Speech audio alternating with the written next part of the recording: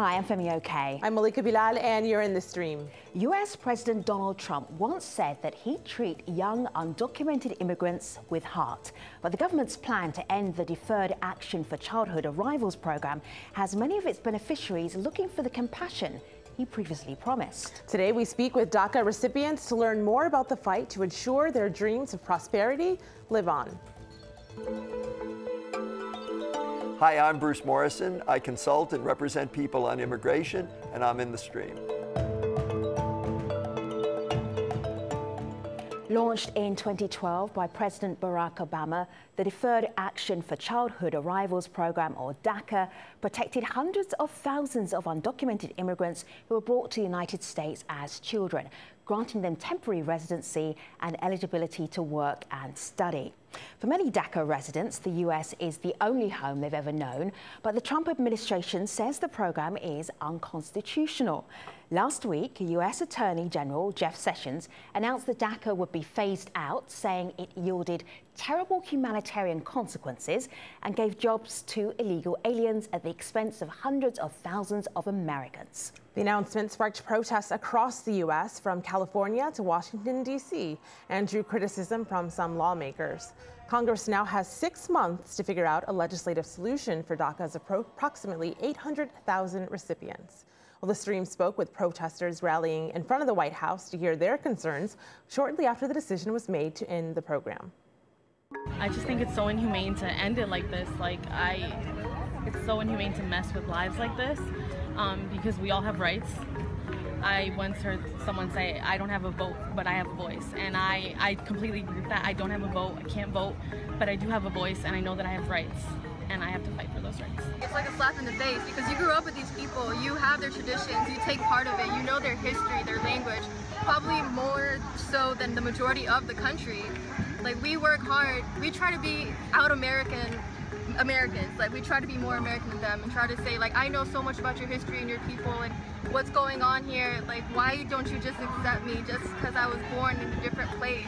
We don't even know what they're planning to do, really. In 6 months, they just come knocking to the door and arrest my family, or are they just going to take them straight to deportation? Like, are we going to be imprisoned? I don't know what's going to happen. Give us some time to leave, to prepare? Should I just drop out of college and start saving money? It's a really big deal. I like to invite people to put themselves kind of in my shoes. I have not been back to Mexico since I was 6. This is all I've known. Like, growing up in Connecticut, that's my home. Like, that's all I've known. Here to stay! Here to stay!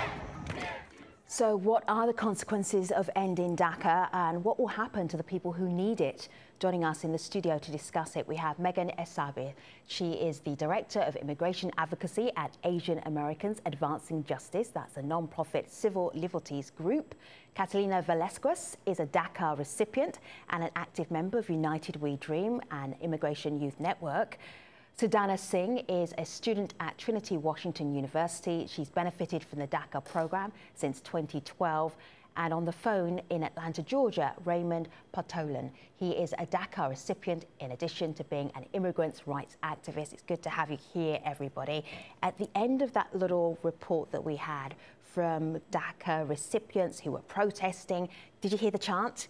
Here to stay, here to stay. Sudhana, do you feel confident about that? I do. This has been the only home I've known, and I'm not going backwards. This is my home, so I'll be here to stay. Catalina?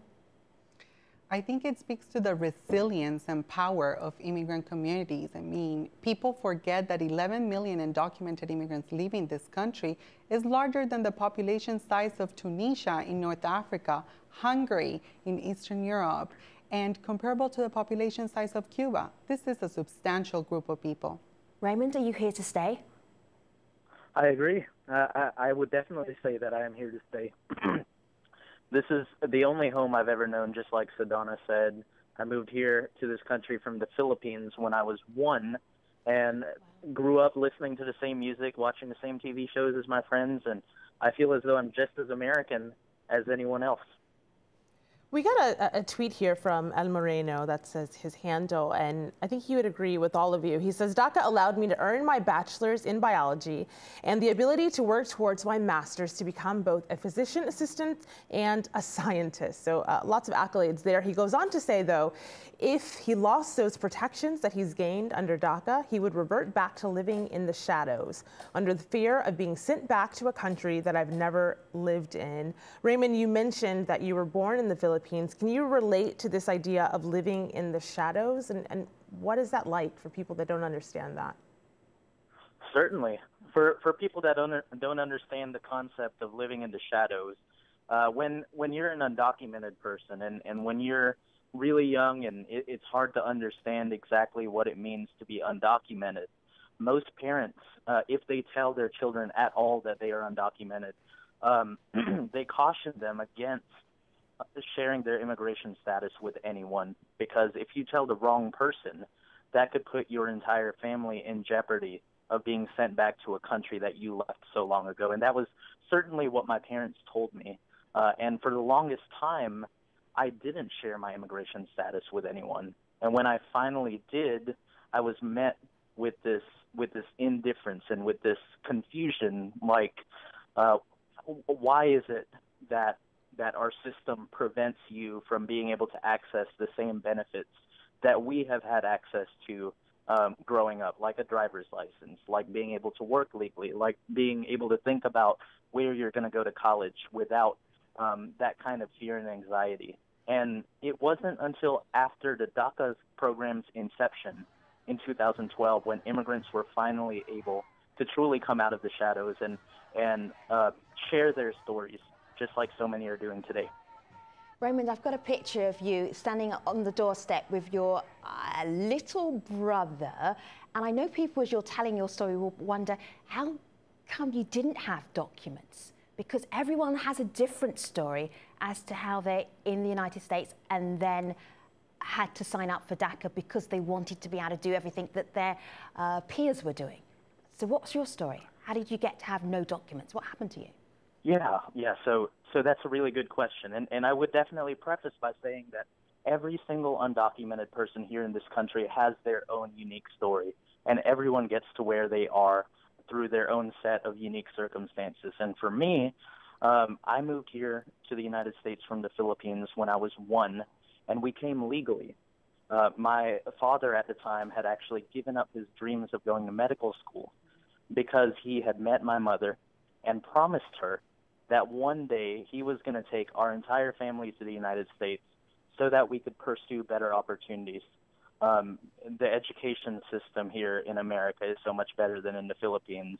The infrastructure and just there were opportunities here in this country that were not available where we came from. And for about 10 years or so, we lived here in this country. My dad was working as a physical therapist, and we lived a seemingly normal life. And it wasn't until about the age of 10 for me when things started to go really downhill when my when my father applied for a green card for all of us.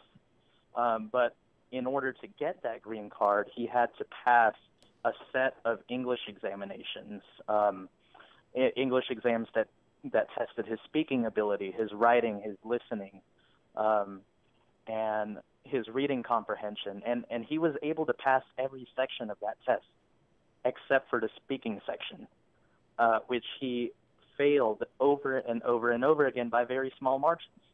And eventually, the Immigration and Naturalization Service denied our applications for a green card because he couldn't pass that one section of that test.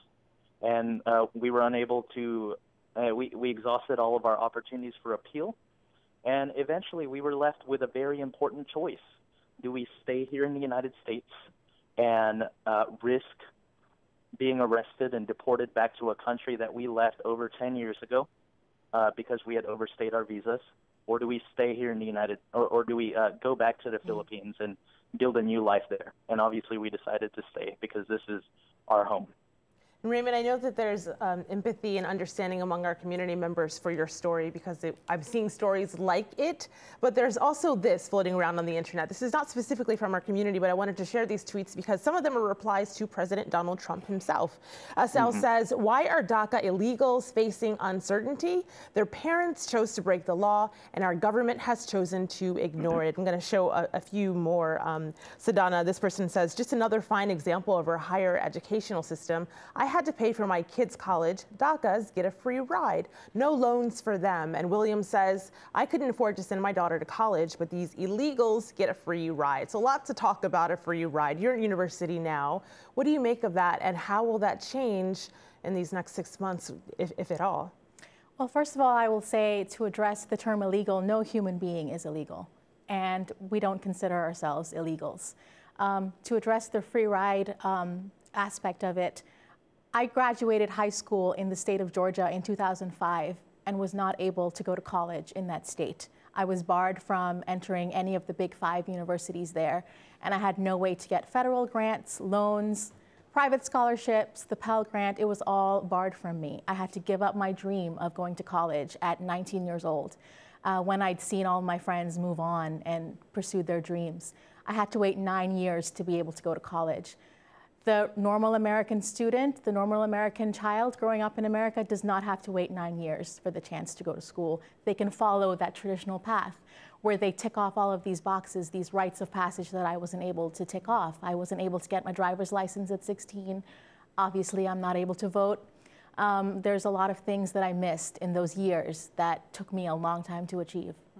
There are very few people who understand what that feels like. Catalina, you must understand what that feels like. Absolutely. As a transgender woman and a DACA recipient, I would tell you the anxiety around the opportunity to participate in the formal economy. And I say that because there's 2 things to the tweets that you just read that I think it's important to demystify. And one of them is, of course, no human being is illegal.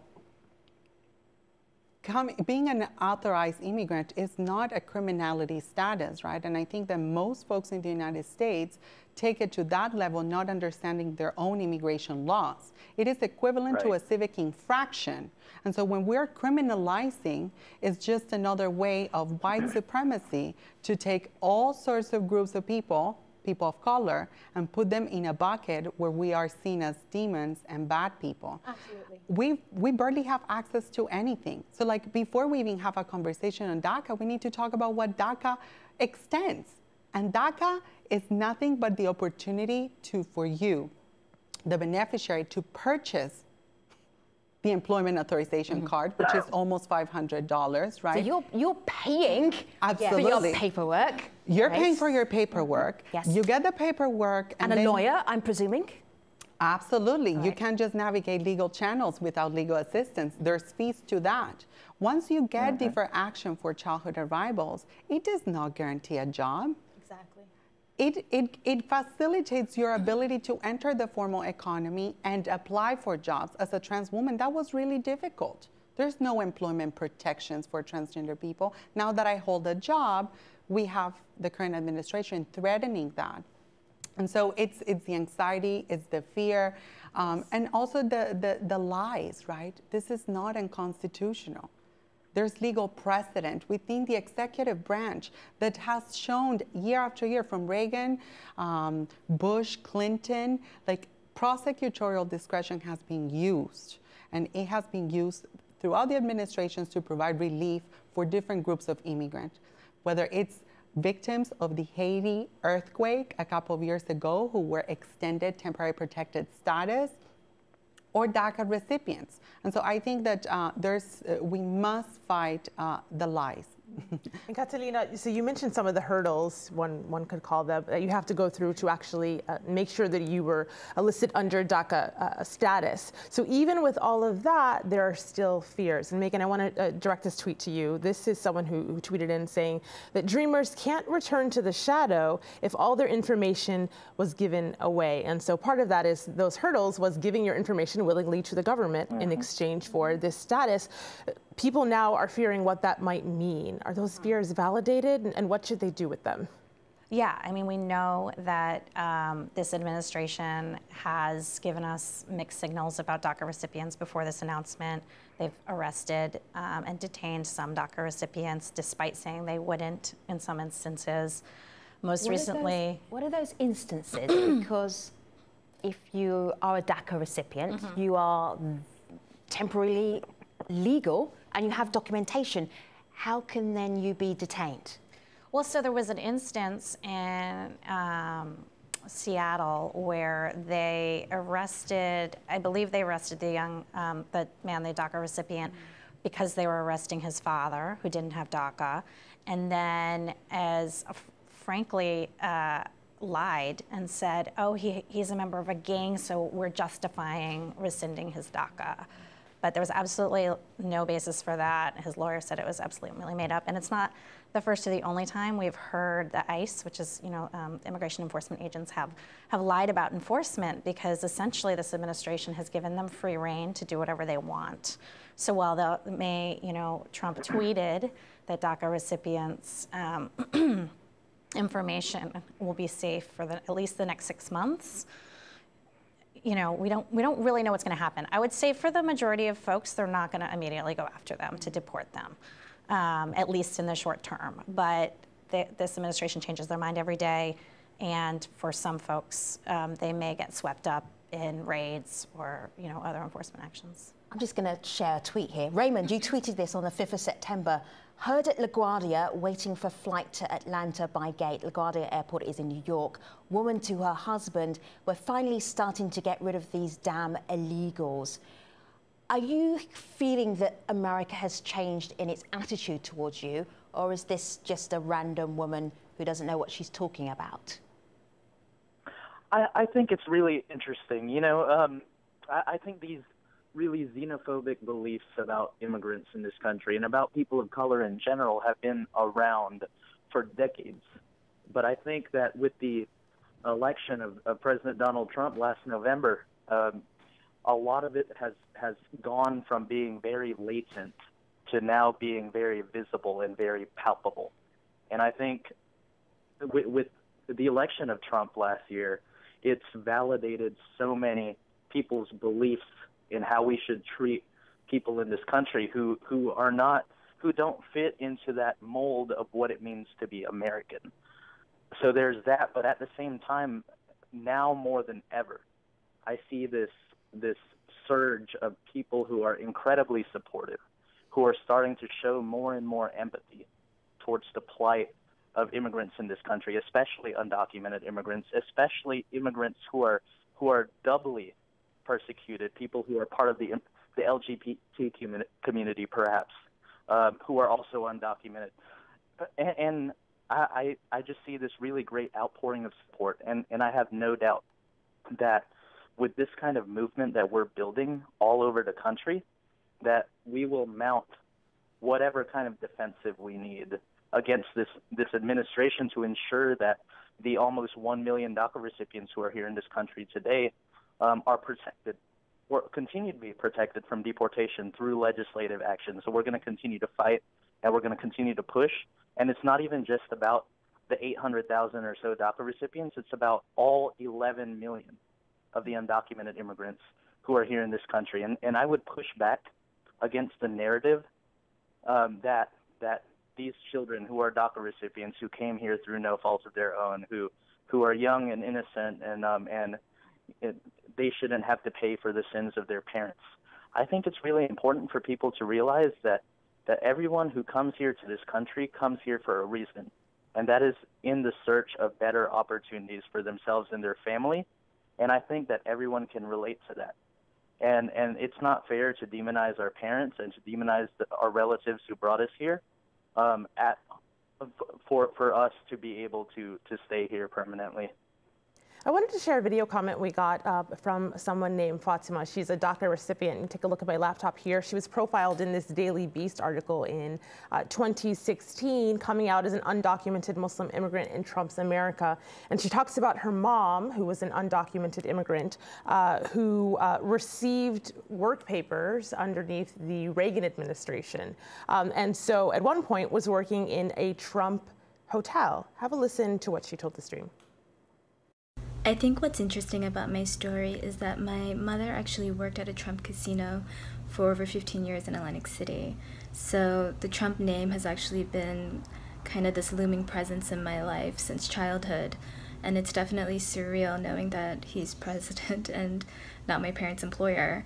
So when I hear Trump say that he's going to create more jobs for Americans, I find it ironic because his organization benefited from hiring an undocumented immigrant, my mother, who was loyal to his company for almost over a decade before it went bankrupt. So his administration's lack of support for DACA and for immigrants benefits nobody. In fact, it hurts business owners like himself.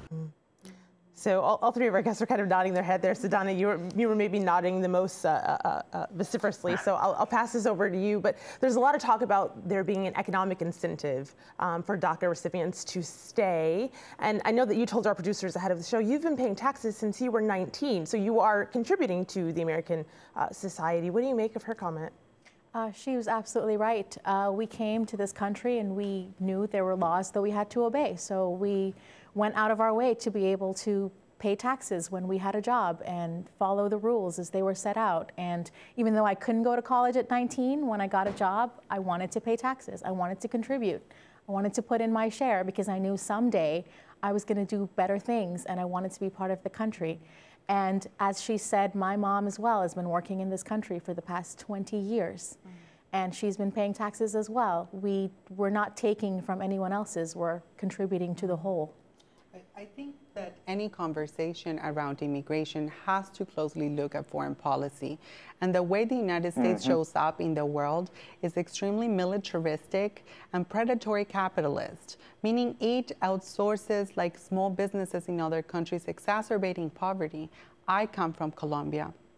The United States' involvement in Colombia, the war on drugs, is a push factor of migration, as it has fueled an over 50-year civil war in my country. So DACA recipients, we are as diverse as the world. And I think that when discussing immigration, foreign policy must be centered so people in the United States take accountability for the ongoing waves of migrants in this country, because we don't come here by osmosis. We don't come here because one day we wake up and say, let me uproot my life. Let me learn a new language. Let me go to an unwelcoming society that looks down on me. Because many of us know the United States has a hierarchy of rights, and it does not look like a transgender woman of color. And so for some of us to be in this country, it's still trauma inflicted, but we have to outweigh the realities in our countries. And I appreciate Raymond's commentary around vulnerable populations within the undocumented populations, because as a transgender woman, I am aware that over 80 countries criminalize people based on sexual orientation and gender identity. And by criminalization, I mean this is people who go to prison or often are given a death sentence for being themselves. And so you, in approximately 75,000 DACA recipients are identify as transgender or queer. It's important for us to put things into perspective because this is extremely intersectional. What am I supposed to do? My family will inflict violence on me just because of who I am. So some of us don't have anywhere to go. I was the first undocumented transgender woman at Georgetown University. I came here at the age of 14. And I would tell you, that does not make me more deserving than people who are unplucking feathers out of a chicken or working our lands. These people deserve the same humanity around political conversations of immigration. Why? Because there is no way that you can blame the immigrant, 11 million of us, for being in this country. There's so much to talk about and so little time. Megan, If you are watching and you know a DACA recipient, you are one, what should you be doing right now? We're at the very last moment of our show. What should they be doing? Well, if you are a DACA recipient, you should be checking to see if you're eligible for renewal, because the renewal deadline is October 5th, which is very soon. Right. And only people whose DACA expires by March 5th can renew, but they should, that's really important to get the word out. But the other thing is everybody should be calling their members of Congress and senators. Catalina, Sedana, Raymond, thank you for sharing your stories. We really appreciate it. Good luck. Thanks for watching, everybody. We'll see you online. #AJStream.